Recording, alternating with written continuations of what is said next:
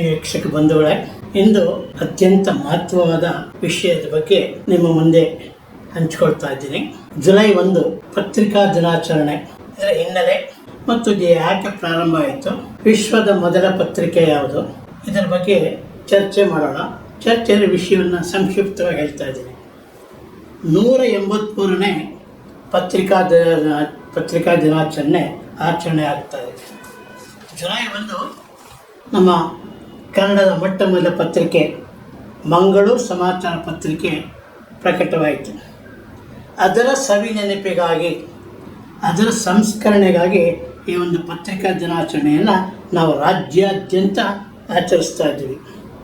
ಜರ್ಮನಿಯ ಬಾಸಲ್ ಸಂಸ್ಥೆ ಮಿಷನ್ ಅವರು ಹರ್ಮನ್ ಫ್ರೆಡ್ರಿಕ್ ಮೋಗ್ಲಿಂಗ್ ಅವರು ಈ ಒಂದು ಮಂಗಳೂರು ಸಮಾಚಾರ ಪತ್ರಿಕೆಯನ್ನು ಪ್ರಾರಂಭಿಸಿದರು. ವಿಶ್ವದ ಕಿಟಕಿ ಅಂತ ಕರೆದರು ಈ ಪತ್ರಿಕೆಗೆ. ಯಾಕೆ ಅಂದರೆ ಆಗ ಸುದ್ದಿ ಪ್ರಚಾರ ನಮ್ಮಲ್ಲಿ ಕಡಿಮೆ ಆಗ್ತಾಯಿತ್ತು. ದೇಶ ವಿದೇಶಗಳ ಸುದ್ದಿ, ಸ್ಥಳೀಯ ಸುದ್ದಿ ಇದು ಜನರಿಗೆ ತಲುಪ್ತಾ ಇಲ್ಲ. ಆ ದೃಷ್ಟಿಯಿಂದ ಮೊಟ್ಟ ಮೊದಲ ಕನ್ನಡ ಪತ್ರಿಕೆ ಮಂಗಳೂರು ಸಮಾಚಾರ ಪ್ರಕಟವಾಯಿತು. ಈ ಒಂದು ಮಂಗಳೂರು ಸಮಾಚಾರ ಸ್ಥಳೀಯ ಸುದ್ದಿಗಳಿಗೆ ಹೆಚ್ಚು ಪ್ರಾಶಸ್ತ್ಯ ನೀಡಿತು ಮತ್ತು ಸಮಾಜದ ಓರೆಕೋರೆಗಳನ್ನು ತಿದ್ದಿತು. ಜಾಹೀರಾತುಗಳ ಮುಖಾಂತರ ಈ ಒಂದು ಎಲ್ಲ ವರ್ಗದ ಜನರನ್ನು ಆಕರ್ಷಣೆ ತಂತು ಮತ್ತು ಎಲ್ಲರಿಗೂ ಒಂದು ವ್ಯಾಪಾರಕ್ಕೆ ಮುಕ್ತವಾದ ಬಾಗಿಲಾಯಿತು. ಹೀಗೆ ವ್ಯಾಪಾರದ ದೃಷ್ಟಿ, ಸಮಾಜದ ಅಂಕುಡೊಂಕುಗಳ ನಿವಾರಣೆ, ಸ್ಥಳೀಯ ಸುದ್ದಿ, ವಿದೇಶಗಳ ಸುದ್ದಿ ಇದರ ಪ್ರಕಟಣೆಗೆ ಪೂರಕವಾಯಿತು. 1844ರಲ್ಲಿ ಈ ಕನ್ನಡ ಸಮಾಚಾರ ಎಂದು ಮರುನಾಮಕರಣವಾಯಿತು ಮತ್ತು ಬಳ್ಳಾರಿಗೆ ಸ್ಥಳಾಂತರವಾಯಿತು ಈ ಪತ್ರಿಕೆ. ಹೀಗೆ ಕನ್ನಡ ಮೊಟ್ಟ ಮೊದಲ ಪತ್ರಿಕೆ ಮಂಗಳೂರು ಸಮಾಚಾರ, ನಂತರ ಕನ್ನಡ ಸಮಾಚಾರ. ಇದು ನೆನಪಿಗೋಸ್ಕರ ನಾವು ಈ ಒಂದನ್ನು ಆಚರಣೆ ಮಾಡ್ತಾ ಇದ್ದೀವಿ. ಕ್ರಿಸ್ತ ಶಕ 618ರಲ್ಲಿ ವಿಶ್ವದ ಮೊಟ್ಟ ಮೊದಲ ಪತ್ರಿಕೆ ಚೀನಾ ದೇಶದ ಒಂದು ಪೀಕಿಂಗ್ ರಾಜಧಾನಿಯಲ್ಲಿ ಪ್ರಕಟವಾಯಿತು. ಚೋಂಗ್ ಫ್ಲೋವಾ ಅಂತ, ಇದರ ಅರ್ಥ ರಾಜಧಾನಿಯ ಸುದ್ದಿ ಅಂತ. ಪ್ರಪಂಚದ ಮೊಟ್ಟ ಮೊದಲ ಪತ್ರಿಕೆ ಚೀನಾದಿಂದ ಪ್ರಕಟವಾಗಿದೆ, ಚಿಂಗ್ ಫ್ಲೋವಾ ಅಂತ. ಎರಡನೇ ಪತ್ರಿಕೆ ಅಕಡಿ ಅಂತ, ಇದು ದಿನದ ಘಟನಾವಳಿಗಳು, ಇದು ಪ್ರಕಟವಾಯಿತು. ಈ ರಾಜಧಾನಿಯ ಸುದ್ದಿ ಸರ್ಕಾರಿ ಸುದ್ದಿಯಾಗಿತ್ತು. ಚೀನಾದ ಸರ್ಕಾರದ ಎಲ್ಲ ಸುದ್ದಿಗಳನ್ನು ಈ ಪತ್ರಿಕೆ ಪ್ರಕಟಿಸಿತು ಮತ್ತು ಎರಡನೇ ಪತ್ರಿಕೆ ಮಾಡಿ ದಿನದ ಘಟನಾವಳಿಗಳು, ಪ್ರತಿನಿತ್ಯ ಏನು ಘಟನೆಗಳಾಯಿತು ಅದನ್ನು ಪ್ರಕಟವಾಯಿತು. ಇದು ಹಾಗೆ ವಿಶ್ವದ ಮೊದಲ ದಿನಪತ್ರಿಕೆ, ಮೊಟ್ಟ ಮೊದಲ ದಿನಪತ್ರಿಕೆ 1772ರಲ್ಲಿ ಲಂಡನ್ನಲ್ಲಿ ಪ್ರಕಟವಾಯಿತು. ಮಾರ್ನಿಂಗ್ ಪೋಸ್ಟ್ ಅಂತ ನ್ಯೂಸ್ ಪೇಪರ್ ಮೊದಲು ಪ್ರಕಟವಾಗಿದ್ದು ಮಾರ್ನಿಂಗ್ ಪೋಸ್ಟ್ 1772ರಲ್ಲಿ ಲಂಡನ್ನಲ್ಲಿ. ಭಾರತದ ಮೊದಲ ದಿನಪತ್ರಿಕೆ 1780ರಲ್ಲಿ ದಿ ಬೆಂಗಾಲಿ ಗೆಜೆಟ್ ಅಂತ ಪ್ರಕಟವಾಯಿತು. ನಂತರ ಇದು ಮರುನಾಮಕರಣ ಇಂಗ್ಲಿಷ್ ಮ್ಯಾನ್, ಇದು ಇಂಗ್ಲೆಂಡ್ನಲ್ಲಿ ಆಯಿತು.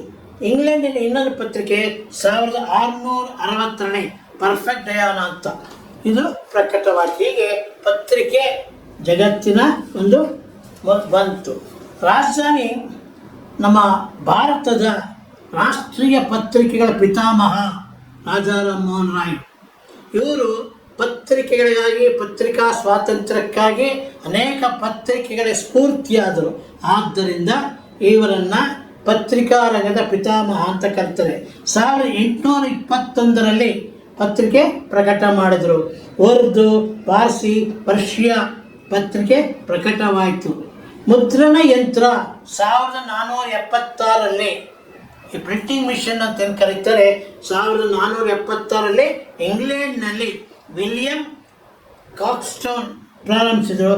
ಪತ್ರಿಕೆ ತೀವ್ರವಾಗಿ ಹೆಚ್ಚು ಪ್ರಕಟವಾಯಿತು. ಪತ್ರಿಕೆಯ ಬೆಳವಣಿಗೆ ಮುದ್ರಣ ಯಂತ್ರ. 15ನೇ ಶತಮಾನದಲ್ಲಿ ಜೋಹನ್ ಗುಟೆನ್ಬರ್ಗ್ ಅಂತಕ್ಕಂಥರು ಮುದ್ರಣ ಯಂತ್ರ ಪ್ರಾರಂಭ ಮಾಡಿದರು. ಹಾಗೆ ನಮ್ಮ ಹಿಂದಿ ಪತ್ರಿಕೆ ಪ್ರಪ್ರಥಮವಾಗಿ ಉದ್ದಾಂತ ಮಾರ್ತಾಂಡ ಪ್ರಕಟವಾಯಿತು. ಮತ್ತು 1875ರಲ್ಲಿ ಸುಮಾರು 400 ಪತ್ರಿಕೆಗಳು ಪ್ರಕಟವಾಗ್ತಾ ಇತ್ತು. ಬೆಂಗಳೂರಿನ ಪ್ರಪ್ರಥಮ ಪತ್ರಿಕೆ ಏನಿವತ್ತು ನಮ್ಮ ಕರ್ನಾಟಕದ ರಾಜಧಾನಿ ಬೆಂಗಳೂರು, ಇಲ್ಲಿ ಪತ್ರಿಕೆ 1863ರಲ್ಲಿ ಒಬ್ಬ ಕಾಸಿಂ ಉಲ್ಲಾ ಅಕ್ಬರ್ ಅಂತಕ್ಕಂಥವ್ರು ಕೈ ಬರಹದ ಮೂಲಕ ಪತ್ರಿಕೆಯನ್ನು ಬರೆದು ಅವರು ಪ್ರಕಟ ಮಾಡ್ತಾಯಿದ್ರು. ಅವರೇ ಅದನ್ನು ಸಂಪಾದಕತ್ವ ಬರೆದು 10 ವರ್ಷಗಳ ಕಾಲ ಈ ಪತ್ರಿಕೆ ಪ್ರಕಟವಾಯಿತು. ಹೀಗೆ ನಮ್ಮ ದೇಶದಲ್ಲಿ ಪತ್ರಿಕೆಗಳು ಹೆಚ್ಚು ಬೆಳಕಿಗೆ ಬಂತು.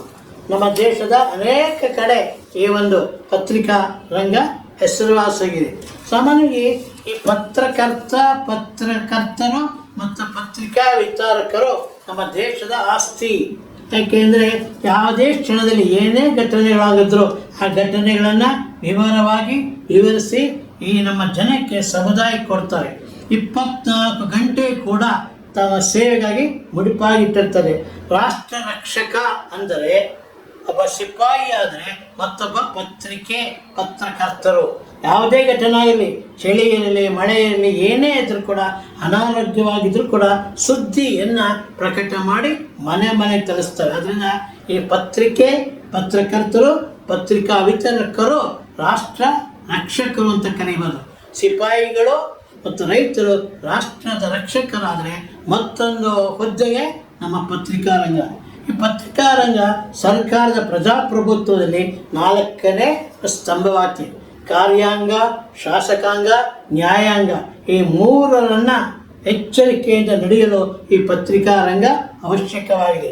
ಈ ಪತ್ರಿಕಾ ರಂಗದ ಮೂಲಕ ಸರ್ಕಾರದ, ಸಮಾಜದ ಅಂಕುಡೊಂಕುಗಳ ತಿದ್ದುವ ಕೆಲಸ ಮಾಡ್ತಾರೆ. ಹೀಗೆ ಒಂದು ಪತ್ರಿಕಾ ರಂಗದ ದೃಷ್ಟಿ ಇವತ್ತು ಅತ್ಯಂತ ಯಶಸ್ವಿಯಾಗಿದೆ. ಕರ್ನಾಟಕದಲ್ಲಿ 1934ರಲ್ಲಿ ಈ ಪತ್ರಕರ್ತರ ಒಂದು ಸಂಘ ಸ್ಥಾಪನೆ ಆಯಿತು.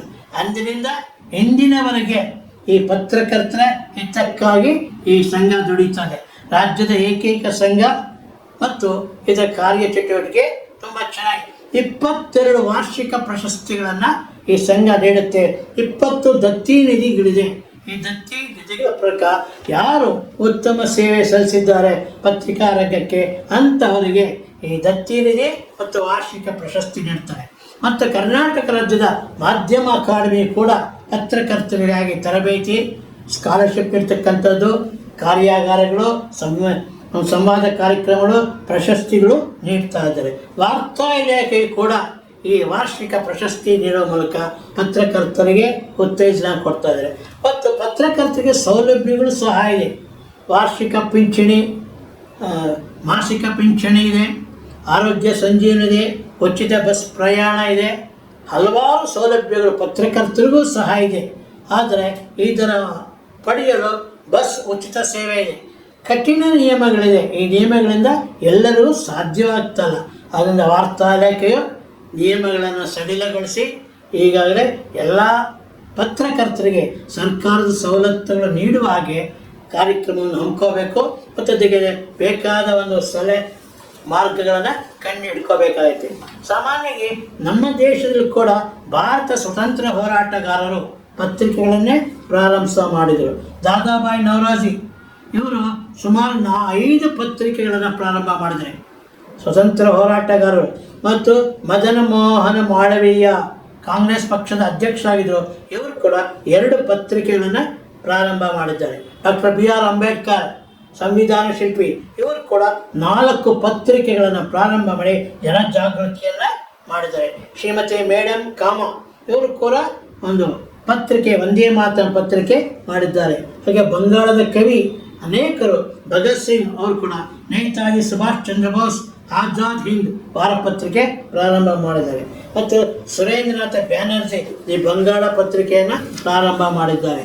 ಮತ್ತು ವಿನಾಯಕ ದಾಮೋದರ ಸಾವರ್ಕರ್ ಕೂಡ ಪತ್ರಿಕೆಯನ್ನು ಇನ್ಕ್ಲಾಬ್ ಅಂತಕ್ಕಂಥ ಪತ್ರಿಕೆಯನ್ನು ಪ್ರಾರಂಭ ಮಾಡಿದರೆ ಮೊಟ್ಟಮೊದಲ ಕ್ರಾಂತಿಕಾರಿ ಕಿಚ್ಚನ್ನು ಹಬ್ಬಿಸಿದ್ದಾರೆ. ಲಾಲಾ ಹರದಯಾಳ್ ಅಂತಕ್ಕಂಥವ್ರು ಕೂಡ ಪತ್ರಿಕೆಯನ್ನು ಮಾಡಿದ್ದಾರೆ. ಮಹಾತ್ಮ ಗಾಂಧಿಯವರು ಕೂಡ 4 ಪತ್ರಿಕೆಗಳನ್ನು ಮಾಡಿದ್ದಾರೆ. ದೇಶಕ್ಕಾಗಿ, ಸ್ವಾತಂತ್ರ್ಯಕ್ಕಾಗಿ, ಸಮಾಜದ ಉದ್ಧಾರಕ್ಕೆ ಈ 4 ಪತ್ರಿಕೆಗಳನ್ನು ಮಾಡಿದ್ದಾರೆ. ಬಾಲಗಂಗಾಧರ ತಿಲಕ್ ಅವರು ಕೂಡ ಕೇಸರಿ ಮತ್ತು ಮರಾಠಿ ಮತ್ತು ಇಂಗ್ಲಿಷ್ ಪತ್ರಿಕೆಯನ್ನು ಪ್ರಾರಂಭ ಮಾಡಿದ್ದಾರೆ. ಲಾಲಾ ಲಜಪತ್ ರಾಯ್ ಪಂಜಾಬಿ ವಾರಪತ್ರಿಕೆಯನ್ನು ಪ್ರಾರಂಭ ಮಾಡಿದ್ದಾರೆ. ಬಿಪಿನ್ ಚಂದ್ರ ಪಾಲ್ ಅವರು ಕೂಡ ಈ ಒಂದು ಪತ್ರಿಕೆಯನ್ನು ಪಾರದರ್ಶಕ ಮತ್ತು ಒಂದೇ ಮಾತರಂ ಪತ್ರಿಕೆ ಪ್ರಾರಂಭ ಮಾಡಿದ್ದಾರೆ. ಫಿರೋಜ್ ಶಾ ಮೆಹ್ತಾ ಇವರು ತೀವ್ರ ಉಗ್ರಗಳು, ಅವರು ಕೂಡ ಕೊಕೈನೆಲ್ ಪತ್ರಿಕೆ ಪ್ರಾರಂಭ ಮಾಡಿದ್ದಾರೆ. ಮಹರ್ಷಿ ಅರವಿಂದ ಘೋಷ್ ಪ್ರಸಿದ್ಧ ಕ್ರಾಂತಿಕಾರಿಗಳು, ನಂತರ ಯೋಗಿಗಳು, ಅವರು ಕೂಡ ಒಂದು ಪತ್ರಿಕೆ ಕರ್ಮಯೋಗಿ ಮತ್ತು ಹಿಂದೂ ಪ್ರಕಾಶ್ ಮತ್ತು ಯುಗಾಂತರ ಪತ್ರಿಕೆಯನ್ನು ಮಾಡಿದರು. ಹೀಗೆ ಪ್ರತಿಯೊಬ್ಬರು ಕೂಡ ಒಂದು ಪತ್ರಿಕೆ ಪ್ರಾರಂಭ ಮಾಡಿ ಅದರ ಮುಖಾಂತರ ದೇಶದ ಸಾರ್ವಜನಿಕರ ಒಂದು ಶಿಕ್ಷಣಕ್ಕಾಗಿ, ಸಂಘಟನೆಗಾಗಿ ಪತ್ರಿಕೆಗಳು ಪ್ರಾರಂಭವಾಯಿತು. ಚಂದ್ರಶೇಖರ್ ಆಜಾದ್ ಅವರು ಕೂಡ, ಬಾಲ್ ಗಂಗಾಧರ್ ತಿಲಕ್, ಹೀಗೆ ಅನೇಕ ರಾಷ್ಟ್ರದ ಹಿರಿಯ ನಾಯಕರು ಪತ್ರಿಕೆಗಳನ್ನು ಪ್ರಾರಂಭ ಮಾಡಿ ದೇಶದ ಏಳಿಗೆಗಾಗಿ ತಮ್ಮ ಕೊಡುಗೆಯನ್ನು ನೀಡಿದ್ದಾರೆ. ಮತ್ತು ಸಾಮಾನ್ಯವಾಗಿ ಈ ಪತ್ರಿಕೆ ಅಂತಕ್ಕಂಥದ್ದು ಸಮಾಜದ ಅಂಕು ಡೊಂಕು ತಿಳಿಸುತ್ತೆ. ಮತ್ತು ಈ ನ್ಯಾಯಾಲಯಕ್ಕೆ ಬೇಕಾದ ಸಾಕ್ಷಿಯನ್ನು ನಾವು ಮುದ್ರಣ ಮಾಧ್ಯಮದ್ದೇ ಆಧಾರವಾಗಿ ತಗೊಳ್ತೀವಿ. ಯಾವುದೇ ನ್ಯಾಯಾಲಯ ಆಗಲಿ, ಒಂದು ಮೊಕದ್ದಮೆ, ಯಾವುದೇ ಒಂದು ಮೊಕದ್ದಮೆ ಆದಾಗ ಕಾನೂನು ಹೋರಾಟದಲ್ಲಿ ಪತ್ರಿಕೆಯ ಪಾತ್ರ, ಪತ್ರಿಕೆಯನ್ನೇ ಬಳಸುತ್ತೆ, ಅದನ್ನೇ ಸಾಕ್ಷಿಯಾಗಿ ಪರಿಣಮಿಸುತ್ತೆ. ಅದರಿಂದ ಈ ವಿದ್ಯುತ್ ಮಾಧ್ಯಮಕ್ಕಿಂತ ಪತ್ರಿಕಾ ಮಾಧ್ಯಮದ ಜವಾಬ್ದಾರಿ ಹೆಚ್ಚಾಗಿದೆ.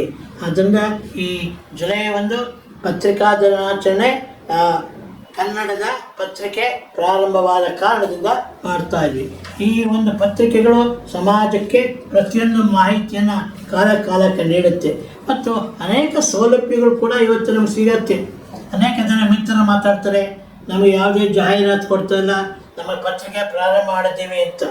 ಈ ಪತ್ರಿಕೆ ಪ್ರಾರಂಭ ಮಾಡಿದರೂ ಕೂಡ ಸರ್ಕಾರದ ನೀತಿ ನಿಯಮಗಳೇನಿದೆ ಅದೇ ರೀತಿ ಇದ್ದರೆ ವಾರ್ಷಿಕ ಪ್ರಶಸ್ತಿ ಸಿಗತ್ತೆ ಮತ್ತು ಈ ರೈಲ್ವೆ ಸೌಲಭ್ಯ, ರೈಲ್ವೆ ಪ್ರಯಾಣ ಸಿಗತ್ತೆ ಮತ್ತು ಈ ಒಂದು ಪತ್ರಿಕೆಗೆ ಬೇಕಾದ ನಿಯಮಾನುಸಾರ ಪ್ರಕಟವಾಗಿದ್ದರೆ ಆ ಪತ್ರಿಕೆಗಳಿಗೆ ಒಂದು ಮಾನ್ಯತೆ ಮತ್ತು ಆ ಸದಸ್ಯರುಗಳಿಗೆ ಯಾವ ಕೆಲಸ ಮಾಡ್ತಾ ಇದ್ದಾರೆ ಪತ್ರಿಕಾ ಕಚೇರಿಗಳಲ್ಲಿ ಎಲ್ಲ ಸೌಲಭ್ಯಗಳನ್ನು ನೀಡ್ತಾ ಇದೆ. ಆ ಪತ್ರಿಕೆಯ ಆಕಾರ ಮತ್ತು ಎಷ್ಟು ಪತ್ರಿಕೆ ಮುದ್ರಣವಾದರೆ ಸರ್ಕಾರದ ಸವಲತ್ತು ಸಿಗತ್ತೆ. ಜಿಲ್ಲಾ ಪತ್ರಿಕೆಗೆ ಬೇರೆ ಇದೆ, ರಾಜ್ಯ ಮಟ್ಟದ ಪತ್ರಿಕೆಗೆ ಇದೆ ಮತ್ತು ಸ್ಮರಣ ಸಂಚಿಕೆಗಳಿಗೆ ಬೇರೆ ಅನುದಾನ ಇದೆ. ಆದರೆ ಅದು ನೀತಿ ನಿಯಮಾನುಸಾರ ಇದ್ದರೆ ಮಾತ್ರ ಸಿಗತ್ತೆ ಮತ್ತು RNI ಇದ್ದರೆ ಮಾತ್ರ. RNI ಇದ್ದು ಅದರ ನನ್ನ ಮಾಧ್ಯಮ ಪಟ್ಟಿಯಲ್ಲಿ ನೋಂದಾಯಿತರಾಗಿದ್ದರೆ ಇದರ ಸವಲತ್ತುಗಳನ್ನು ಪಡೆಯಬಹುದು. ನಮ್ಮ ರಾಜ್ಯ ಸರ್ಕಾರದ ಕೂಡ ಪಿಂಚಣಿ ವ್ಯವಸ್ಥೆ ಇದೆ, ಆರೋಗ್ಯ ಸಂಜೀವಿನಿ ಇದೆ ಮತ್ತು ಈ ಒಂದು ನಮ್ಮ ಪತ್ರಕರ್ತರಿಗೆ ವಿಶೇಷ ಅನುದಾನಗಳನ್ನು ಸರ್ಕಾರ ನೀಡ್ತಾ ಇದೆ. ಆದ್ದರಿಂದ ಈ ಪತ್ರಕರ್ತರ ದಿನಾಚರಣೆ ಎಲ್ಲರಿಗೂ, ಸಮಾಜಕ್ಕೆ ಮತ್ತು ವಿಶ್ವಕ್ಕೆ ಇವತ್ತು ಬೇಕಾಗಿದೆ. ಯಾವುದೇ ಒಂದು ಸುದ್ದಿಯನ್ನು ನಾವು ಇಂದು ಪತ್ರಿಕೆಗಳ ಮೂಲಕನೇ ನೋಡ್ತೇವೆ. ಎಷ್ಟೇ ಕಾಲ ಮುಂದುವರೆದರೂ ಕೂಡ, ಎಷ್ಟೇ ವಿದ್ಯುನ್ಮಾನ ಇದ್ದರೂ ಕೂಡ ದಿನಪತ್ರಿಕೆಯನ್ನು ಓದ್ತಾ ಇದ್ವಿ. ಈ ದಿನಪತ್ರಿಕೆ ಪ್ರಾರಂಭವಾಗಿ 183 ವರ್ಷಗಳು ಕಳೀತು. ಆದ್ದರಿಂದ ಜುಲೈ 1 ಎಲ್ಲ ಪತ್ರಿಕೆಗೆ ಒಂದು ಅತ್ಯಂತ ಸಂತೋಷದ ದಿನ, ಸವಿನೆನಪಿನ ದಿನ, ಬರ್ತ್ಡೇ ಅಂತ ಕರಿಬೋದು. ಹೀಗೆ ನಮ್ಮ ರಾಜ್ಯದಲ್ಲಿ ಪತ್ರಿಕೆಗೆ ಅನೇಕ ಸವಲತ್ತುಗಳಿದೆ. ಆ ಸವಲತ್ತುಗಳು ನಿಯಮಾನುಸಾರ ಇದ್ದರೆ ಪತ್ರಕರ್ತರ ರಕ್ಷಣೆ ಕೂಡ ಇದೆ. ಯಾವುದೇ ಪತ್ರಕರ್ತರಿಗೆ ಅನ್ಯಾಯ ಆದರೆ, ಸರ್ಕಾರದಿಂದ ತಪ್ಪಾಗಿದೆ, ಅದಕ್ಕೆ ರಕ್ಷಣೆ ಇದೆ. ಮತ್ತು ಭಾರತೀಯ ಪತ್ರಿಕಾ ಮಂಡಳಿ ಇದೆ. ಇಲ್ಲಿ ನೋಂದಾಯಿತರಾದ ಪತ್ರಕರ್ತರಿಗೆ, ಪತ್ರಕರ್ತರ ಸಂಘಗಳಿಗೆ ಸೌಲಭ್ಯಗಳು ಸಿಗತ್ತೆ. ಆದರೆ ಇದು ಪ್ರತಿ ವರ್ಷ ಇದನ್ನು ನೋಂದಾವಣೆ ಮಾಡೋದಕ್ಕೆ ಭಾರತೀಯ ಪತ್ರಿಕಾ ಮಂಡಳಿ ಒಂದು ಮುಕ್ತವಾಗಿ ಆಹ್ವಾನವನ್ನು ನೀಡುತ್ತೆ. ಹೀಗೆ ಪತ್ರಿಕೆಗಳು ದೇಶದ ಆಸ್ತಿ, ಸಮಾಜದ ಆಸ್ತಿ, ಮನುಕುಲದ ಆಸ್ತಿ. ಇದನ್ನು ಬೆಳೆಸಬೇಕು. ಪ್ರತಿಯೊಬ್ಬ ಪತ್ರಿಕೆಯು ಕೂಡ ಒಂದೊಂದು ದಿಕ್ಕಿನಲ್ಲಿ ಇವತ್ತು ಉಪಯೋಗ ಆಗುತ್ತೆ. 1 ರೂಪಾಯಿಯಿಂದ ಹಿಡಿದು ಇವತ್ತಿಗೂ ಕೂಡ, ಇಂದಿಗೂ ಕೂಡ 1 ರೂಪಾಯಿಗೆ ಪತ್ರಿಕೆ ಸಿಗತ್ತೆ. ಹೀಗೆ ವಾರಪತ್ರಿಕೆ, ದಿನಪತ್ರಿಕೆ ನಮ್ಮ ಜೀವನದ ಅವಿಭಾಜ್ಯ ಅಂಗ. ಮತ್ತೊಂದು ವಿಷಯ, ಅನೇಕ ಸಂಘಟನೆಗಳು ಇವತ್ತು ಕೆಲಸ ಮಾಡ್ತಾ ಇದೆ. ಆ ಸಂಘಟನೆಗಳು ವೈಯಕ್ತಿಕವಾಗಿ ಇದೆ ಮತ್ತು ಕೆಲವು ತಮ್ಮ ಸ್ವಾರ್ಥಕ್ಕಾಗಿ ಸಂಘಟನೆಗಳ ಬಳಕೆ ಆಗ್ತದೆ. ಯಾವುದೇ ಸಂಘಟನೆ ಇದ್ದರೂ ಕೂಡ ನೋಂದಣಿಯಾಗಿದ್ದರೆ ಅದು ಉತ್ತಮ ಮತ್ತು ಆಡಳಿತ ವ್ಯವಸ್ಥೆ, ಹಣಕಾಸಿನ ವ್ಯವಸ್ಥೆ ಅದು ಪಾರದರ್ಶಕವಾಗಿರಬೇಕು.